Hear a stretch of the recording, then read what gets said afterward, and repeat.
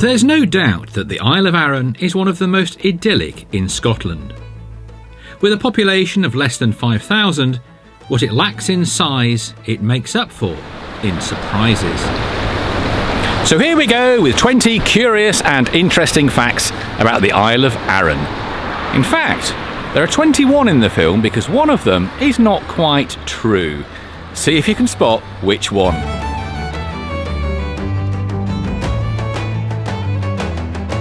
Let's start with some of the earliest inhabitants and what they left behind. At Machrie Moor there are 6 stone circles, comprised of either granite boulders or red sandstone pillars. There are also various chambered cairns at the site. We know that burial rituals took place here, but most other theories about what took place here between 3,000 and 4,000 years ago remains very much open for debate.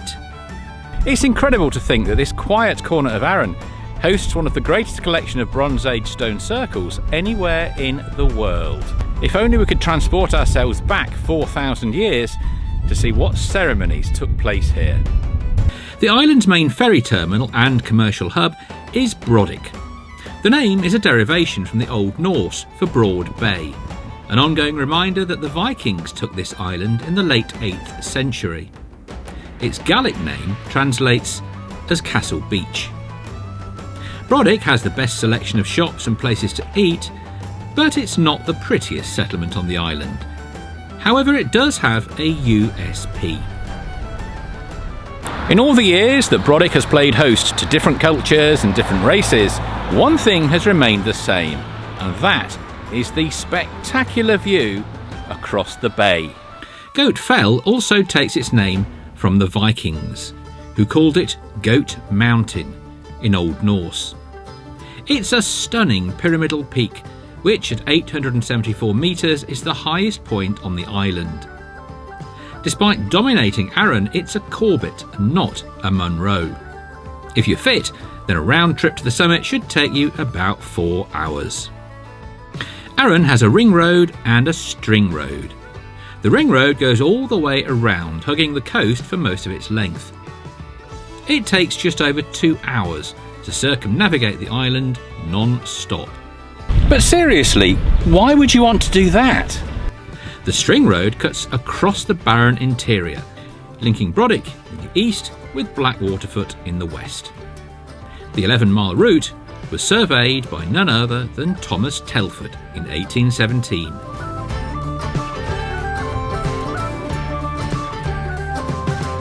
If you're looking for premium malt whisky, then Arran has 2 distilleries.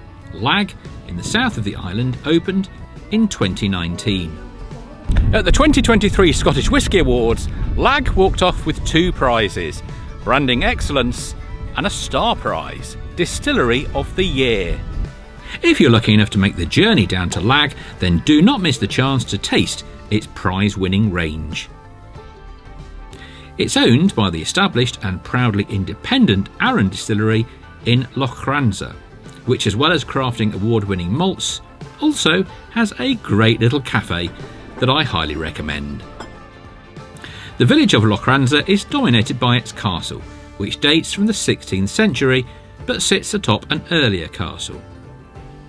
Red deer often congregate here, and it's also believed that Robert the Bruce stopped here in 1306 on his way from Ireland to claiming the Scottish throne. Now, although Lochranza is a favourite of both whisky lovers and red deer, it may not appeal to sun worshippers. And here's why. Lochranza is reputed to have the fewest hours of sunshine of any village in the United Kingdom, and is one of the most shaded villages in the entire world, according to climate scientists. Not far from Lochranza, in the village of Cattercol, you'll meet the row of cottages known as the 12 Apostles. Now here's a curious fact. There are 12 houses, but 13 chimneys, so one house must be warmer than all the rest. Although I can't guarantee that you'll see them all, on Arran you can find Scotland's big 5 species: eagles, red deer, seals, otters and red squirrels. It comes as no surprise to learn that Arran is aspiring to become a UNESCO Global Geopark. This is the international standard recognising outstanding geology and landscapes. There are 218 around the globe, and only 2 in Scotland so far. To achieve Geopark status would be an incredible achievement for Arran. Watch this space and keep your fingers crossed. There are plenty of cows on Arran, which brings me to the award-winning Arran cheese shop, an obligatory purchase if you're visiting the island. Arguably the finest cheese in the whole of Scotland. Now you can buy Arran's various artisan food products on the ferry from the mainland, which takes around an hour to arrive in Brodick. If you can, be sure to make the crossing on the brand new MV Glen Sannox. The other ferry to Arran is less well known. Operating in summer only, it links Lochranza with the Kintyre Peninsula. On this shorter, less travelled route, no pre-booking is required. And by the way, the new Glen Sannox is the first Lamlash ship to run on cleaner liquefied natural gas.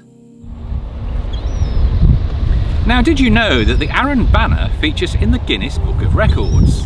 In the 1980s, Arran's local paper, the Arran Banner, claimed a readership of 97% of the island. And it's still a great read. Now, Brodick is the ferry hub and largest settlement, but the administrative capital is, surprisingly, the village of Lamlash, which owes its name to Saint Molash, one of the Irish monks who brought Christianity to the west of Scotland. This is where you'll find the famous Hamilton Terrace and also the Clearances Monument.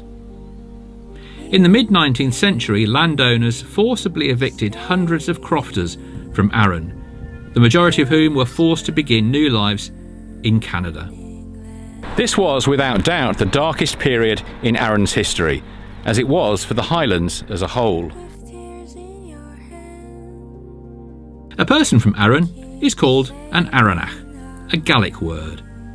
Although many of the place names on Arran are derived from Gaelic, the language is, unfortunately, no longer spoken here. Perhaps an inevitable result of both the clearances and the dominance of the English language. From Lamlash you looked out towards Holy Island. In fact, this was the original Lamlash before the new village took on the name. From its Christian beginnings, the island is now home to the Holy Isle Project, a Tibetan Buddhist centre for world peace, founded by Lama Yeshe Rinpoche. Travelling south, the next settlement is Whiting Bay, predominantly a product of the growth of Victorian tourism to the island when the Clyde steamers began operating. Whiting Bay received its new pier in 1897 and has remained a tourist favourite ever since. Even in January, it's bathed in sunshine. Also on the steamer route was Blackwaterfoot, over on the west coast. The village is well known to golfers as the golf course only has 12 holes, 7 of which are par 3. Now, I'm no golfer, but I do know that that is quite the rarity. The village of Corrie, over in the northwest, is often termed Arran's most beautiful village, with rows of white cottages nestled between the sea and the mountains. On the old sandstone quay, you'll spot sheep bollards that were once part of the 1988 Glasgow Garden Festival. You might want to bring along your paintbrushes. Hanging like a teardrop off the south coast of Arran is the flat island of Pladda. The 18th century lighthouse is still active, although it hasn't been inhabited since 1990. However, a film crew did land here recently. Just watch episode 1 of season 5 of The Crown. If you're thinking of buying Pladda, then I'm afraid you're too late.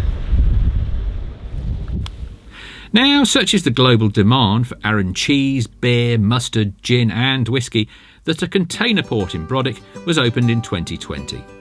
Unusually though, there are no unloading facilities here, as there is very little that the Arranachs need from the outside world. It's all here on this beautiful island.